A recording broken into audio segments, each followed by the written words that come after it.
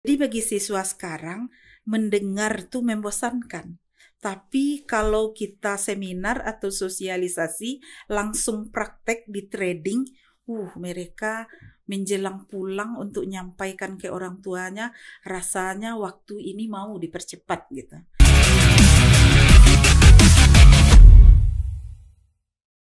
Halo generasi penerus Hatta, selamat datang di Siniar Literasi. Episode kali ini kita kedatangan kepala sekolah dan juga pembina dari SMA Negeri 3 Bukit Tinggi ya. Iya. Ada Bu Eli dan Ibu Desi ya.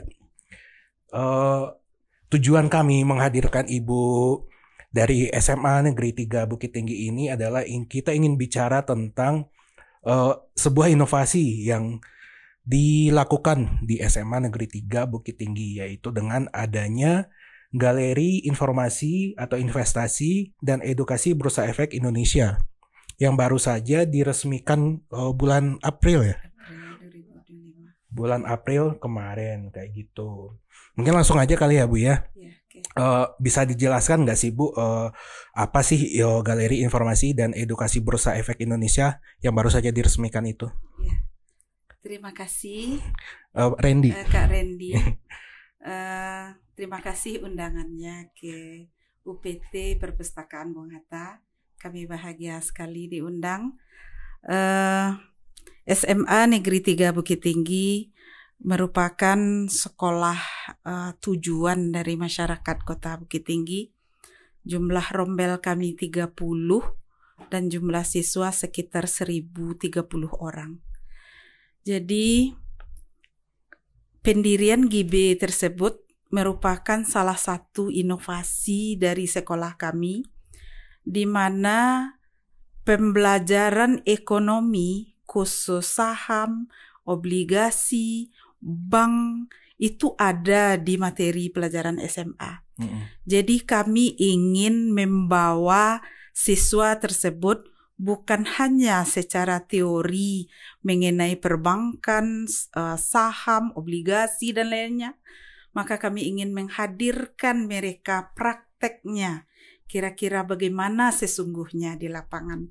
Maka untuk itu di Oktober 2024 kami sudah mengajukan kerjasama dengan 3 badan. Yang pertama, Bursa Efek Cabang Sumatera Barat. Yang kedua, MNC Sekuritas Cabang Sumatera Barat. Dan yang ketiga adalah Universitas Negeri Padang. Jadi dengan membuat kerjasama tentang galeri informasi atau investasi Bursa Efek Indonesia ke sekolah kami, sehingga dari hasil MOU itu kami bisa menjalankan pembelajaran informasi yang berkait dengan Bursa Efek. Itu kira-kira. Oke, luar biasa ya. Dari kecil memang sudah diajarkan gitu ya, dari SMA sudah diajarkan tentang literasi keuangan kayak gitu. Kemudian seberapa penting sih Bu adanya pembelajaran tentang tadi investasi segala macam yang kita berikan ke anak-anak yang sebentar lagi mau kuliah gitu ya. Setelah kuliah ya pastinya kerja gitu kan. Nah itu seberapa penting sih Bu? Terima kasih Kak Randy. Bagaimanapun anak-anak sekarang kan sudah anak Gen Z. Oh iya. Mereka sudah melek teknologi, semuanya dalam genggaman mereka. Informasi kalau dulunya Bursa Efek itu kita mengenal nonton di TV yang adanya di Jakarta, Bursa Efek Jakarta, tentang saham-saham. Sewaktu SMA dulu saya pun tidak mengerti apa tuh Bursa Efek.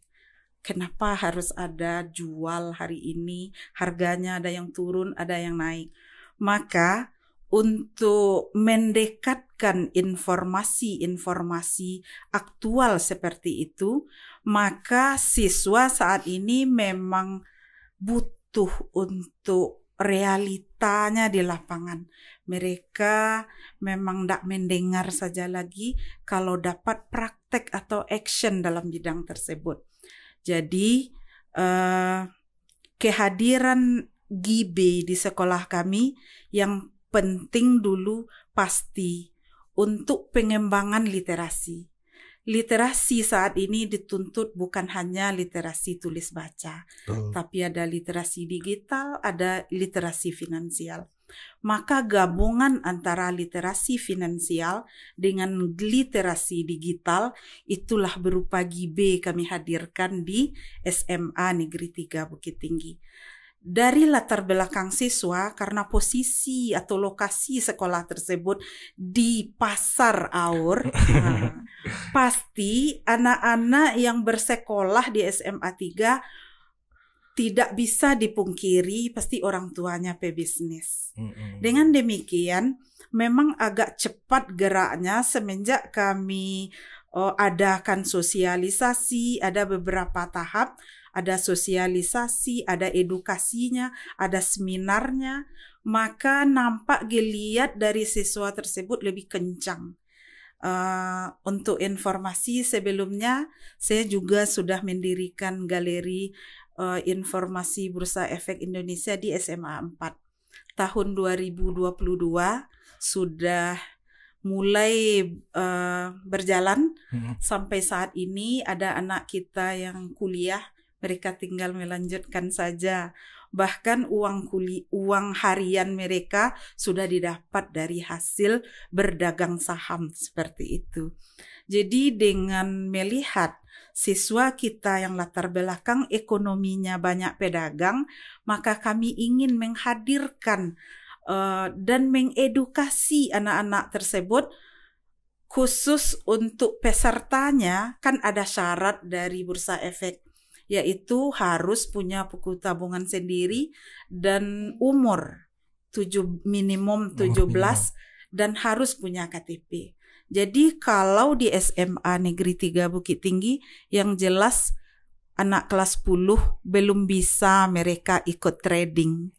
Tapi mereka bisa ikut edukasi trading. Jadi walaupun siswa SMA tersebut belum seluruhnya bisa kita arahkan ke bagaimana membeli saham atau belajar tentang Bursa Efek, tapi anak-anak tersebut mulai dari dini sudah bisa kita ajak untuk berpikir kritis, bernalar tinggi, sehingga apa yang disuguhkan oleh masyarakat saat ini trading, kan banyak trading yang bodong gitu ya. Jadi kami ingin dengan hadirnya GIB Smart Titel tersebut, anak-anak tersebut tidak salah jalan dalam bidang saham tersebut. Jadi kami sediakan tempat atau ruangan di mana mereka bisa berdiskusi dan sharing pengalaman. Pasti ibu dan bapak pembina yang merupakan guru ekonomi itu selalu hadir untuk bantu mereka agar pengetahuan mereka tentang trading itu tidak salah arah. Jadi itu yang kami lakukan di SMA Negeri 3 Bukit Tinggi. Oke, luar biasa. Terima kasih Bu. Ya. Nah Bu, berarti di galeri ini apakah cuma bicara soal saham aja? Ya. Atau juga mencakup tentang literasi keuangan pribadi seperti menabung, terus perencanaan keuangan ke depannya gitu. Karena gini, sebagai seseorang yang hidup di Sumatera Barat dari lahir sampai SMA, kemudian tiba-tiba merantau pas kuliah, tanpa bekal literasi keuangan tuh rasanya kayak saya pribadi ya, kayak kaget gitu, ada electric shock ketika kuliah gitu, kok uang segini kok kurang, kok kemana perginya gitu. Nah, apakah di galeri ini juga mencakup tentang literasi pengelolaan keuangan pribadi kayak gitu? Iya. Untuk lebih esensialnya kita minta sama Bu Desi nanti. Cuma sebagai kepala sekolah, memang saya pingin anak didik saya khususnya, tapi saat ini sudah merembet ke guru-guru. Melihat anak begitu antusias, kemudian guru-guru juga kami beri sosialisasi langsung dari 3 badan yang melindungi kami tadi, yang kami kerjasama dengan beliau. Jadi istilahnya saat sosialisasi itu sudah badan-badan yang memang mengurus hal tersebut yang datang ke sekolah. Jadi informasinya sudah update dan pasti sahih. Jadi dengan demikian guru SMA 3 saat ini lebih dari 75% sudah ikut trading. Jadi mereka paling-paling yang sudah berumur, mereka berinvestasi mungkin seperti dulu-dulu lewat emas, tapi yang muda-muda sekarang sudah giat trading. Bahkan hari ini trading yang bursa efek yang kami kembangkan di sekolah tersebut ndak yang ukuran skop besar gitu. Yang satu slotnya sekitar berapa paling rendah sih? 12.000 satu lembar. Itu kan terjangkau bagi siswa. Sangat terjangkau malah ya. Apalagi guru. Jadi karena informasinya lengkap dan galerinya ada, tempat kita bertanya ada, bahkan tiap hari kami lewat HP bagi kawan-kawan guru atau pegawai yang sudah masuk, tuh informasi itu ada di HP-nya setiap pagi. Contoh, trading tersebut akan mengirimkan informasi-informasi kepada pesertanya. Yang pertama ada info mana saham yang naik hari ini. Jadi ada berupa grafis. Kalau biru dia tandanya naik, kalau merah tandanya saham tersebut turun. Kemudian kalau kuning tandanya stabil atau stat di sana. Ada berupa informasi kayak grafik-grafik juga mana yang saham hari ini cocok untuk dibeli. Itu informasi itu hadir ke HP siswa dan anak-anak kami setiap hari. Kemudian karena pembinanya salah satunya yang menggiring kami mana yang layak untuk dipelajari atau dibeli saham tersebut hari ini, tuh setiap hari Kepala MNC Sekuritas Sumatera Barat itu intens setiap hari ke HP pembina, ke HP kepala sekolah memberikan informasi ini tren hari ini, sehingga kita punya kontrol, tidak sembarangan saja nampak ini dibeli, pasti ada analisis ekonominya sehingga uang kita tidak salah sasaran gitu. Oke. Itu Kak Randy. Mungkin Bu Desi bisa menambahkan tadi mungkin dari pertanyaan yang tadi, apakah galeri ini hanya tentang saham, tentang investasi, atau juga tentang literasi keuangan pribadi untuk si para siswa ini gitu. Terima kasih Randy. Jadi untuk menjawab pertanyaan tadi, sebenarnya galeri ini kan baru didirikan. Nah sebelumnya kami sebagai guru-guru ekonomi sudah melakukan pembelajaran kontekstual, di mana materi ini sebenarnya sudah masuk ke dalam kurikulum. Jadi sebelumnya kami kan ada belajar tentang perbankan. Kami mendatangkan pihak bank ke sekolah sebagai narasumber. Kemudian diajarkan anak-anak untuk bagaimana cara menabung. Kemudian kami juga mendatangkan itu dari pegadaian. Jadi di awal kami arahkan ke siswa, jadi berapa uang yang mereka dapatkan, itu ada yang untuk konsumsi, ada yang untuk dana untuk investasi, tabungan, dan macam-macam itu sudah diarahkan. Nah, jadi salah satu wujudnya apa? Ya bisa mereka menabung, atau mereka ke pegadaian emas. Kalau dulu kan masih sampai sekarang ya masih ada itu sekarang. Misalnya harga satu emas itu 10 ribuan. Misalnya di akhir bulan Anda ibu misalnya punya sisa uang lebih sekian, belikan ke emas. Saldonya di emas, boleh nabung di pegadaian. Dan itu anak-anak pada umumnya ada yang buka juga seperti itu. Jadi memang tidak hanya tentang saham yang dipelajari di galeri tersebut. Nah kalau sekarang setelah diresmikan dan didirikan GB-nya, jadi fokusnya banyak saham. Kalau mereka ingin saham, tapi kalau mereka ingin yang lain, belajar yang lain, tetap kita fasilitasi. Luar biasa ya rasanya tuh. Saya pengen balik lagi ke SMA gitu, pengen sekolah ke SMA 3 gitu rasanya. Tambahan belajar Kak Randy, boleh. Kami juga bekerja sama dengan Bank Pemerintah Kota Bukit Tinggi, Bank Syariah Jam Gadang. Jadi MOU juga sama beliau. SMA Negeri 3 juga punya namanya Berlian, Puro Berlian.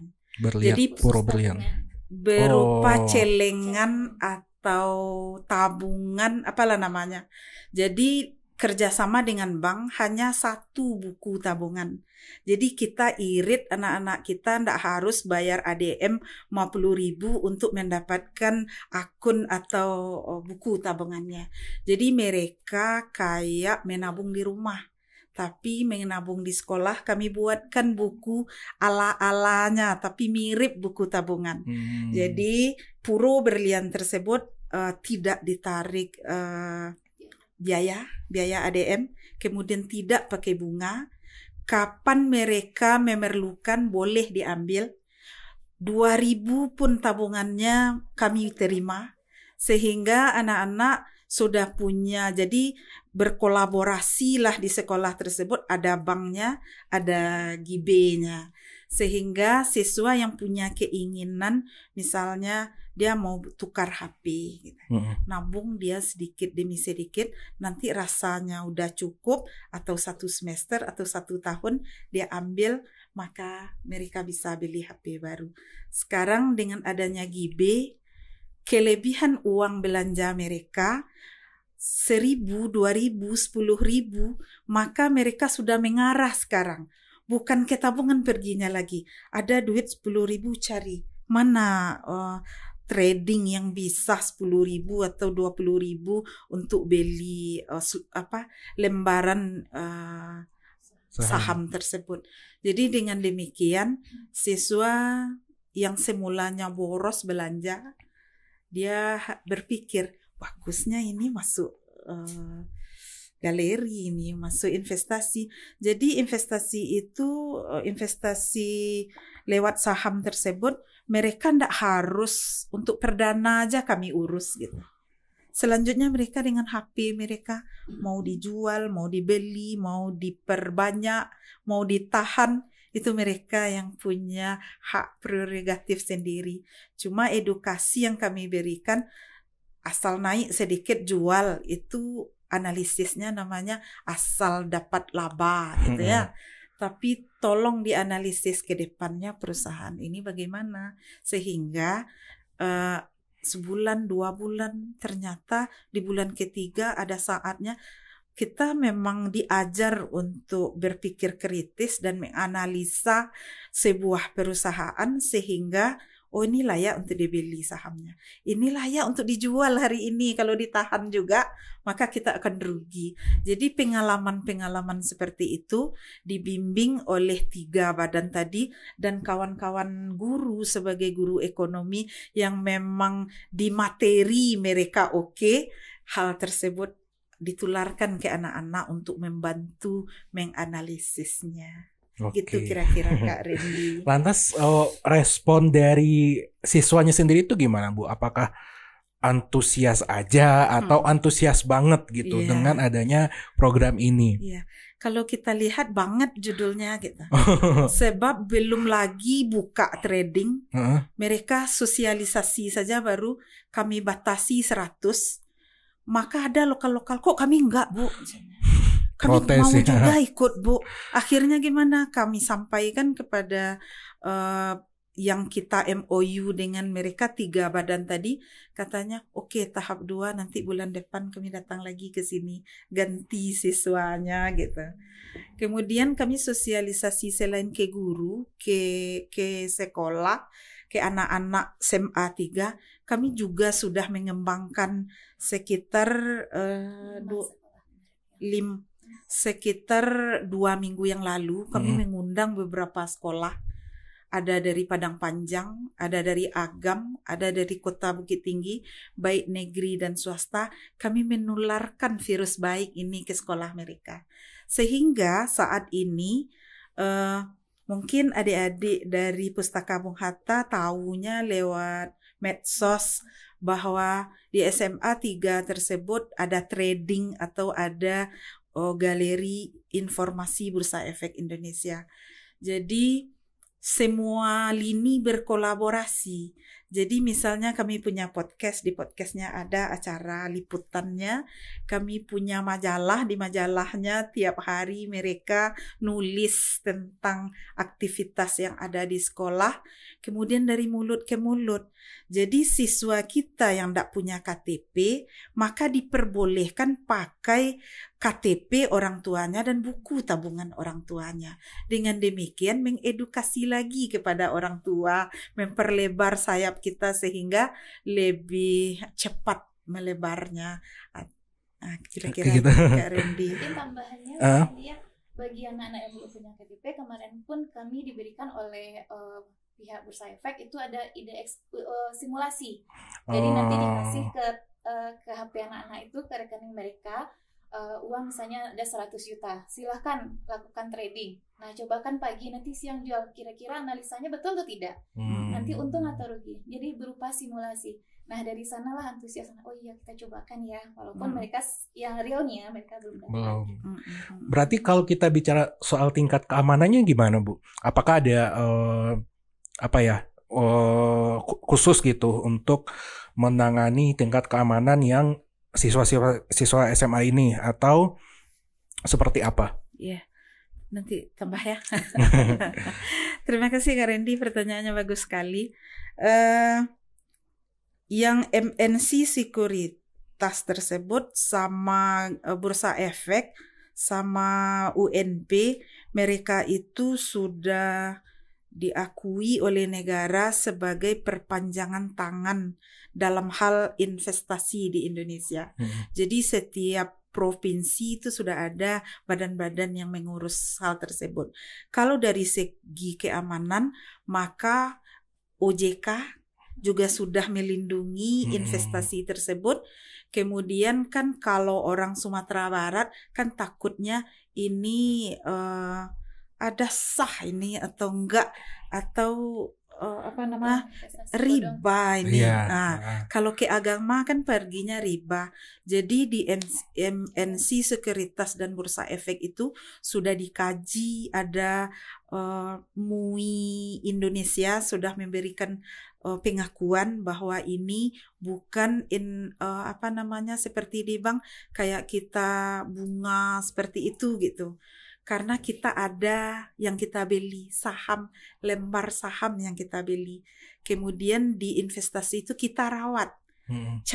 Jadi ibaratnya kita beli bibitnya, kita tanam, kita rawat, kemudian suatu saat di bulan-bulan tertentu kita bisa mendapatkan hasil. Jadi kalau dilogikakan ke pertanian kira-kira seperti itu. Dilogikakan ke peternakan, misal satu orang punya sapi perah atau sapi yang bisa menghasilkan susu. Kalau badan atau organisasi atau orang tersebut melemparnya berupa saham, si A, si B, si C sampai si Z masuk beli sahamnya, maka sapi yang hanya satu bisa menjadi 1000 ekor. Otomatis susunya menjadi 1000 kali lipat. Dan panen yang dihasilkan tentu akan dapat orang yang punya saham di sana. Otomatis kalau kita masuk saham-saham yang memang kualitasnya sudah bagus, maka bisa saja anak-anak atau guru-guru nanti ada rapat pemegang saham, walaupun dana kita agak 2 juta atau 1 juta di dalam, kita dapat undangan untuk rapat pemegang saham. Kalau bagi siswa, wow, udah luar biasa banget dari misalnya Telkomsel, kita beli saham Telkomsel, wah dapat Telkomsel Jakarta nih undangan untuk ke sana. Apakah mereka pergi dengan saham sedikit? Itu rasanya kan berat di ongkos gitu ya. Tapi mereka bahagia, tandanya kita pemegang saham nih. Kita punya privilege ya. Punya privilege yang bagus. Itu kayaknya yang dirasakan oleh anak-anak Gen Z sekarang gitu. Ada tambahnya ke sih? Ya, kalau untuk keamanannya untuk saat ini kita memang fokus di MNC karena kita udah jelas, lembaganya udah jelas. Nanti kalau nanti kalau seandainya anak-anak itu mau lebih berkembang lagi kan mereka udah tahu ini memang investasi yang real, ada investasi bodong kan mereka udah mengenali. Jadi untuk sekarang karena dia masih belajar, kita semua masih belajar, kita pun mendidik mereka, ya kita yang pasti aja dulu. Oke. Nah, kalau bicara soal investasi tadi ya, investasi itu kayak kesannya berat gitu. Urusan orang dewasa gitu ya. Gimana sih pihak sekolah mencoba untuk mematahkan stigma itu gitu. Agar si anak-anak tadi ya tadi sudah lebih semangat lagi gitu dan lebih literasinya lebih keinginan untuk menambah literasi dari diri sendirinya itu lebih meningkat lagi gitu. Ada nggak sih cara-caranya gitu? Jadi sebenarnya ini ya kalau kita di sekolah kan karena udah masuk kurikulum, nah, jadi udah dikenalkan ya ini saham, ini pasar modal, ini investasi. Jadi apalagi anak sekarang bahkan mereka lebih pintar juga dari bukunya. Kadang mereka itu Bitcoin itu apa, ini apa, kripto apa, mereka udah tahu duluan. Udah tahu ya. Nah, cuman kami mengarahkan saja. Nah, sebaiknya kalian harus bisa menganalisa apakah ini baik atau tidak. Nah, jadi nggak sembarangan juga. Kemudian kalau lihat HP, kalau ada pesan muncul kan sering trading muncul. Nah, itu jangan langsung dicobakan, cari informasi dulu. Jadi memang pengetahuan itu sudah kita berikan dari awal. Literasi dulu ya, baca dulu, baru dilakukan gitu ya. Kalaupun mereka ragu, mereka silakan tanya, pergi ke galeri tanya sama guru-guru di sana, kita bahas bersama. Berarti ada forumnya juga ya di galeri, ada forum diskusinya juga. Tambahan nggak Randy? Di galeri Bursa Efek yang ada di SMA 3, mereka punya struktur. Jadi misalnya kepala sekolah sebagai pelindungnya dan pembinanya Bu Desi, nanti bukan ketua, kan biasanya di sekolah ketua OSIS, ketua pramuka, di sana direktur. Oke. Itu hebatnya, keren jadinya. Istilahnya udah ini ya, udah jadi, naik kelas gitu. Direktur tersebut nanti ada sekretaris, ada bendaharanya. Organisasi yang ada di GB tersebut hanya edukasi, bukan mereka yang megang uang dan lain-lainnya. Kita tidak ada bersentuhan dengan uang real. Kita memang mobile saja, makanya harus punya tabungan yang ada mobilenya, kecuali BPD aja. BRI kan tabungan nasional, BNI, BCA dan lainnya. Maka kalau mereka dinyatakan berat seperti Kak Randy bilang tadi, itu bagi kita mungkin generasi X, Y gitu ya. Kalau generasi Z seperti kata Bu Desi tadi, dia lebih dulu tahu dari orang tuanya. Jadi mengenai edukasi kayaknya tidak berat bagi mereka lagi karena mereka sudah lebih dulu tahu.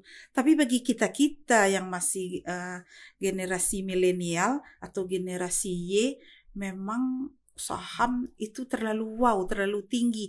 Tapi sekarang enggak, dengan Rp1.000 saja satu lembar saham sudah bisa beli saham gitu.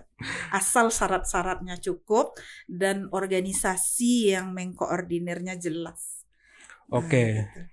Kalau tantangan ada nggak sih Bu? Tantangan yang tantangan SMA Negeri 3 gitu khususnya di Gibei mengenalkan investasi ke SMA khususnya warga Bukit Tinggi gitu. Ya. Ada nggak tantangannya? Sebetulnya sampai hari ini tantangan nggak ada.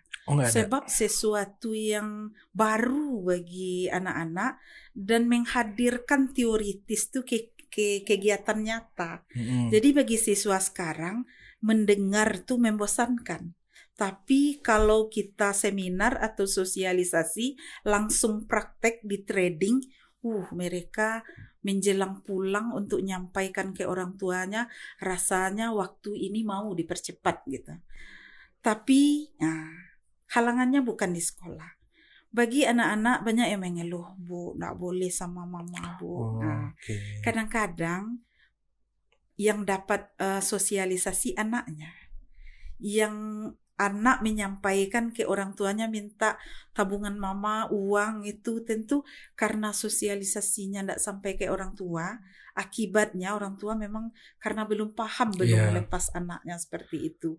Jadi kami memang berkeinginan bagi anak-anak yang mau suatu hari apakah waktu pemberian rapor nanti kami undang orang-orang tua dan kami sampaikan, kami sosialisasikan agar anak itu tidak terkendala. Dia di satu sisi umurnya belum 17, dia belum punya KTP, belum punya buku tabungan yang resmi bisa dimobilkan.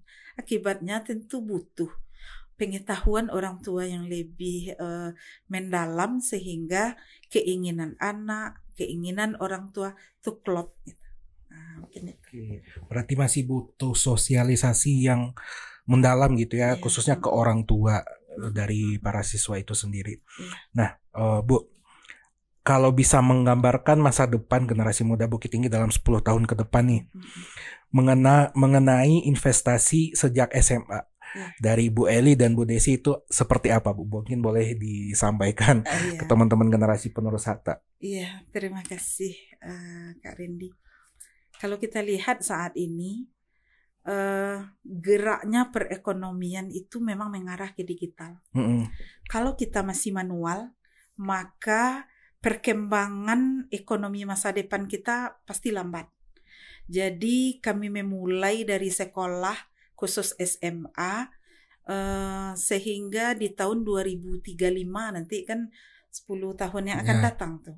Siswa-siswa yang sudah kita beri informasi, sudah belajar, sudah mencoba, itu pasti akan berbeda pandangannya dalam hal literasi finansial untuk masa depannya.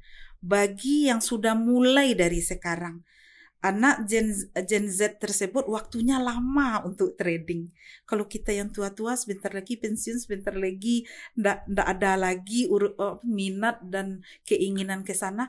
Tapi anak-anak muda Bukit Tinggi ini punya waktu yang panjang untuk mempersiapkan masa depan. Apalagi mereka sudah dari sekarang invest. 10 tahun yang akan datang pasti mereka sudah jadi pengusaha. Amin. Itu harapan kami sehingga kami hadirkan hal tersebut di sekolah. Oke. Kalau dari Bu Desi bagaimana nih? Kalau dari kami ya, mungkin secara guru ekonomi, kami sangat berharap nantinya mereka memang menguasai, karena untuk saham ini artinya kita tidak perlu lagi harus membuat perusahaan. Artinya kita sudah bisa bergabung ke perusahaan yang ada. Itu salah satu untuk memperkuat finansial nanti anak-anak.